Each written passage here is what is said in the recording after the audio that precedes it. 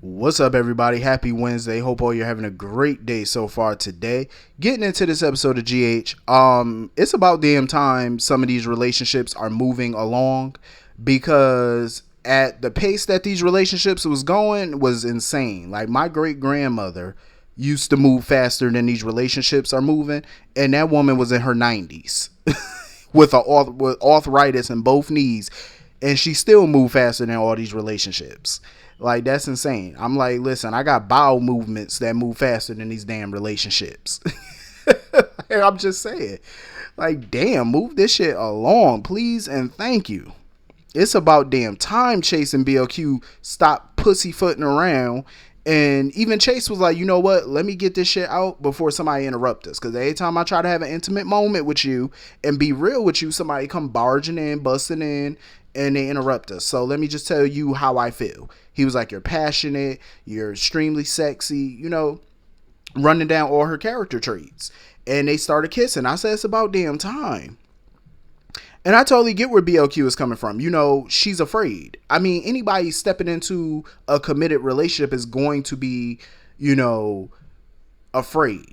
They're going to be apprehensive and stuff about doing it. And I totally get it, because you don't want to get hurt. But neither does the person that's trying to be with you as well. None of y'all want to get hurt. But you can't promise that. All you can do is promise to be the best version of you. That's all you can do, And I'm glad that they're finally getting together. And when Leo told Ned and Olivia about the shit, even they was cheering and happy and all that. And even they said it's about time, because it is. This shit been going on for too long, for months. Like, damn, move that shit along. And I totally agree with Chase. At the end of the day, Leo, you need to stop drugging people drinks, little fella. Because that's not what you want to do when you get older. Don't be out here, roofing people. I'm just saying. Olivia should have never told that boy about that love potion and the ingredients. I'm like, why are you turning this boy into a little roofie? A little mini roofer? Like, come on now. Teaching this boy how to roofie folks. Like, what type of shit is that? I'm like, ain't no way in the world, because he's so worried that the love potion, was going to work and all these people were going to end up falling in love with the wrong person. And Olivia had to reassure him, like, kid, calm down. She said the universe always rights the wrongs in the end. My thing was, clearly that damn potion ain't got nothing to do with nothing. That ain't nothing but some pot liquor. That's all that that's all that potion is. Ain't nothing but pot liquor and bad juju. That's all that shit is. Because I'm like, if that potion actually worked, ain't no way in the world Olivia wouldn't have patented that shit, bottled it up, and sold it and made millions. Ain't no way. Because if you got, look at the Quartermains. These fools made millions off of relish when they was broke. So if they making money off of relish, you got to be bottling some love potion that's actually gonna work. I'm just saying. So yeah, moving on from that, I'm glad also Dante and Sam had their conversation. They started talking and stuff like that, about the move-in situation. And I'm glad they settled it finally. They finally had their conversation, and Sam, I got Lulu on my brain so much because they've been talking about her so damn much. Sam finally, she finally decided, you know what, to hell with it, I'll move in with you. She was like, I'll move in. You ain't even got to change the furniture. You ain't got to do none of that. And Dante was happy about it, but he said, you know what, I'll make the sacrifice, and me and Rocco will move in with you. I love that they came to a peaceful resolution about this. But my thing was, how is that still going to work? Because the whole issue was, Sam's place is nice. You know what I'm saying? Obviously, I mean, that penthouse has been around for a long time, even back when Jason owned it. It's nice, but they already established it's not big enough for all of them. 2 adults, 3 kids, it ain't big enough. Like, and the kids are getting older and stuff like that. Y'all are all living on top of each other at this point. So you're going to need a bigger space. But I could totally understand why, they're not going to move into Lulu's place, because at the end of the day, if she does, well, when she wakes up from the coma, because I'm pretty sure she will, she's going to want to come home, and then where's that going to leave, Dante, Sam, the kids, where's that going to leave everybody? You know what I mean? Well, I'm pretty sure Sam would keep the penthouse, so they'd move back there, but it's like, you really, you got to uproot everybody again. So it's smart that they're, doing that. I probably would have sold the penthouse or rented it out or something like that and used some money to buy a whole new place together. Something that ain't tied to an ex. Cause I feel like all new couples should do that. Like if you're serious and you feel like y'all gonna be in it for the long haul, I'm not moving in somewhere where you and your ex lived, or you and your ex bought the place together or whatever. I'm not doing that foolishness. We gonna have to just figure it out financially and buy a place that's me and you. You know what I'm saying? Like, cause I'm not doing all that. I want some new vibes in the place. I don't want no old voodoo witchcraft up in here from your last relationship. But I'm happy for them. Hopefully things will work out. But this is daytime TV, so a lot of relationships are not for the long haul. They're not forever. But I'm enjoying them so far, though. I could definitely get behind Dante and Sam and stuff like that. At least until Lulu come back, then he gonna have to figure out what to do next. I wish that they would kind of show the kids more, and find out what their reaction to all this moving in and all that stuff would be. All them living under one roof. I would love to see their reaction to it. I think that'd be pretty cool. So anyway, moving on from that, fucking Carly and Drew, they start, he started talking about, offering her something off the grill and stuff like that. I said, Carly, look at this man flirting with you. I said, he over here offering you one of his sausage links. You better take it. I'm just saying. He offering you a link, and you know how long those links be. Let me stop being crass today.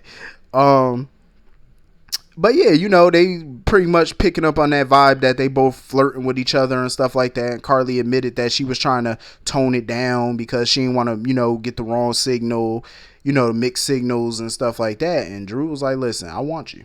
You know what I'm saying? They finally admitted that they pretty much want each other. I know Monica is not going to be thrilled about this shit. I know she not. She gonna be like, damn, bitch, you just keep coming back into my family every time I think I got rid of your ass. First you was messing around and married to one of my sons. Then you was, with the other one. Now you with this one. Like, damn, you even bug spray won't get rid of your ass. Like, Carly gonna find a way to get back up in that family. 20 some odd, over 25 years later, and Carly's still gonna find ways to get back into the Quartermain family. She don't give a damn. She said, I'm gonna get back in this mansion. One way or the other. I will be here. I know Monica like, listen, I'm tired of this shit. Monica like, yo, stop messing with her. I'm not here for them as a couple. I'm not, because I already made it clear what I felt as far as Carly and Drew. I felt like they should just bone for the time being. Like, to be completely honest, I felt like it shouldn't have been nothing but just sex with them. And as far as a relationship, I'm like, nah, that's too close to home. Like, you pretty much done boned both of his brothers. So it's like, yeah, I understand keeping it all in the family, but that's a little bit too damn close to the family. I'm just saying, like, damn, get that thing a rest. You done wore the Quartermain family the hell out. I wonder what everybody else gonna think about the two of them. I mean, well, shit, most people already think that they, messing around anyway. So I'm sure some people ain't gonna be too shocked about it. So anyway, moving on from that. See, Curtis, Curtis, this is what I've been saying for the last few months. When you get in bed with the mob, I knew Selena was going to try to collect on the debt. I knew it. Curtis thinking that he could handle Selena. No, you can't, sir. Miss Wu is back with a vengeance. She let him know. She said, listen, I got a shipment coming through. I needed to come through your club. So that way there's no issues or whatever. Curtis was like, listen, I'm not trafficking none of your stolen goods and through my club and stuff. He said, helping you with your gambling and stuff, that's one thing. But all that mob business and doing shipments and stuff through my business, he said, nah, that's not going down. Selena looked at him and was like, I don't remember me asking you. I was pretty much telling you that this is what's going down. Like, Selena is that chick. Yeah, I love her. She don't give a damn. She was looking at him like, listen, she told him, she said, I'm not asking you. I'm telling you, there's going to be a shipment coming through your club. Handle it. I'm not asking, because she pretty much put it out there. Selena pretty much put it out there to Curtis. She was like, listen, bruh, you do not want me as an enemy. You want me as an ally, not an enemy. I can't blame Selena for putting a squeeze on Curtis at this point, because Curtis did this to himself. Like, he's a smart dude. Like, you should know what it's like doing any type of business with the mob. When you get into any type of business with the mob, you already know they're using that to get their foot into the door of your business, so that way they can expand their business into your business by using your business. He should have known that. And I think in the back of his mind, he always knew that. But he must have thought, oh, Selena's different. Selena ain't no different than a male mobster. She just come in a skirt and breasts. And makeup. That's it. It's like she ain't no different than what any other mobster would have did to him. And he's a fool for even making any type of partnership deal with her. Like, he should have kept it cool and turned her down, kept turning her down from the beginning. You know, now you in bed with the mob and I don't see no way out for him. You know, it's like she gonna keep on telling him what he will and won't do. She pretty much own his ass at this point. So good luck with that, Curtis, because you're going to need it, because Ms. Wu don't play. So you better hop to and make sure that the shipment go, you know, without issue. Or it's your ass. I'm just saying. So anyway, moving on from that. I'm glad Rory and Trina were able to have a conversation. I'm glad Trina brought it up. She was like, you know so much about me. She was like, and I don't know nothing about you. So he was like, all right. He said, I'm a graphic, I'm trying to do a graphic novel. So basically he's an artist, a graphic artist. I think that's pretty dope. And Trina was impressed by that. He's talking about doing a graphic novel, and he was like, he loves to cook. Like, he's a great cook and he would love to cook her dinner at his place. I love that conversation. I really do. I love that conversation. It sucks that I feel like the other shoe was going to drop between the two of them, because I feel like Rory is a good dude. He's a solid dude. But I feel like their relationship is not long for this world because of Spencer. I am so tired of seeing Spencer mope around, because Portia pretty much pulled Spencer to the side, and she was like, listen, I appreciate, what you did. You sacrificed yourself for my daughter. I appreciate it, but you knew there was a but coming. She was like, but my daughter moved on. You need to move on. And, he pretty much was like, okay, I get where you coming from. But Portia need to prepare herself, because at some point in time, it looked like Trina gonna end up getting with Spencer at some point in time. So she gonna have to accept that. She may not like it, but you're gonna have to accept it, because it's inevitable at this point. It looks like it's gonna happen. So, Trina and Rory came in and stuff, and they were talking to Spencer and whatnot. He got a report to Pentonville in like 3 days, and Trina's still upset that, he sacrificed himself for her. Like, he basically going back to Pentonville for her. I wouldn't be boo-hooing over that shit. He only gonna be in there for like 3 months. I wouldn't boo-hoo over that little ass sentence. And he got, Sonny got people looking after him, so I wouldn't be boo-hooing, shed no tears over that. Even Rory was nice. And Rory was like, listen, I know I got a buddy that work in Pentonville. I could call him, hook you up with a job, doing like some cushy, type of library work or whatever. And, I think Spencer should take it. I definitely think he should. I just hate watching him be all mopey. It's like, why not just pull this girl to the side and tell her? I mean, I get that he wants to preserve her happiness, because he feel like, oh, she really happy with Rory and stuff. But you're assuming things. I think she genuinely likes Rory, but she loves Spencer. You know what I'm saying? Like, what she feels for Rory, like, her love for Spencer, I feel like at this point outweighs whatever she has with Rory. You know what I mean? Like, she enjoys his company. She likes him. She's getting to know him. But she fell for Spencer, and she's still falling for him.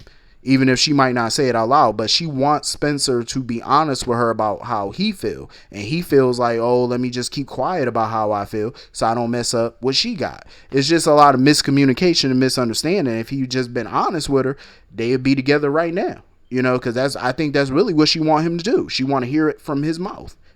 And until he, say it, she gonna keep rocking with Rory until she hear it from him. But he better hope that, I think the more he wait, the more detrimental it's gonna be for them to actually get together, because the longer you wait, the more she's, getting to know him better. You know what I'm saying? Then she really gonna be torn. Because I feel like if he be honest with her now, she'll drop Rory like a hot potato, and go to Spencer. But the longer you wait, the worse it's going to be, because now she really going to have to take her time and, figure out who she want to be with. So I think Spencer just need to open up his mouth and say something. So anyway, moving on from that, Jordan is at her wit's end right now. Jordan is like, I don't know what to do about this. She pretty much came over and told Portia, like, listen, congratulations, I'm happy for you. Because mind you, she overheard her conversation with that genetic counseling. So she was like, I'm happy for you. But she warned her. She was like, don't make the same mistake I did in my marriage to Curtis. Don't keep any important information from him. And Portia was like, oh, we ain't got no secrets. Portia, you gonna go to hell with gasoline drawers on. Why you sitting here lying? I'm surprised lightning ain't strike you when you said that foolishness. We ain't got no secrets. Yeah, okay. And I like the way though she slyly showed her engagement ring off to Trina. And Trina was all happy and stuff. I wouldn't go picking out dresses so fast. I wouldn't go wasting no money on this wedding so soon. I wouldn't go do it. Anna was over there congratulating her. Anna looked fine for what? How old is Anna? 60, 61, 62? Anna looked good. They all look good. Anna was congratulating her and stuff, and Jordan was trying to get Anna's opinion. She was like, what do I do if I know something? You know what I'm saying? Like, should I say something or whatever, like regarding the ex or whatever? And Anna pretty much told her the real. Anna was like, listen, you need to figure out your reasons for wanting to say something first. You know what I'm saying? And I totally get where Anna coming from, because my thing is she needs to figure out, like, are your reasonings for telling Curtis what's going on, are they genuine? Like, are you really looking out for him, or are you just saying something to break up that engagement? But at the same time, no matter what the reasoning is, she need proof first. Like, she suspects something going on. She suspect that, Taggart may not be Trina's father. So if you suspect that, you need to get ironclad proof before you take it to Curtis. Because I feel like if she comes at Curtis with less than factual proof, Curtis is not going to believe her. He's going to think that she's doing this out of jealousy and out of spite. That's what he's going to think. So it's like, you got to show him irrefutable proof before she says anything. And, Portia was sitting here calling, had a meeting with the doctor or whatever, telling him, oh, Trina's been busy and stuff, so I can get you all the information that you need myself, even a DNA sample. I love that the doctor pretty much told Portia, like, listen, Trina's the patient. I got to talk to Trina, no matter how busy she is. When she get unbusy, have her call me, have her come in. I can talk to her, because I can't talk to you. That's the patient. You're not the patient. I can't do or give out medical information to somebody else in the family. And I get where the doctor coming from, because Trina's an adult. She's not a minor. So they would have to get permission from Trina to even share medical information with her own mother. That's the truth. It happens. Trina would have to give the okay for that. And of course, Portia don't want that. She need to figure out how to do this on the sly. But I'm like, all her lies going to come out. She could, try to hide it all she want to, but it's bound to fail. It's going to come out on you. So anyway, that's pretty much the whole episode. Hit the comment section. Let me know what you all thought. And I will see you all later. Have a great day. Peace.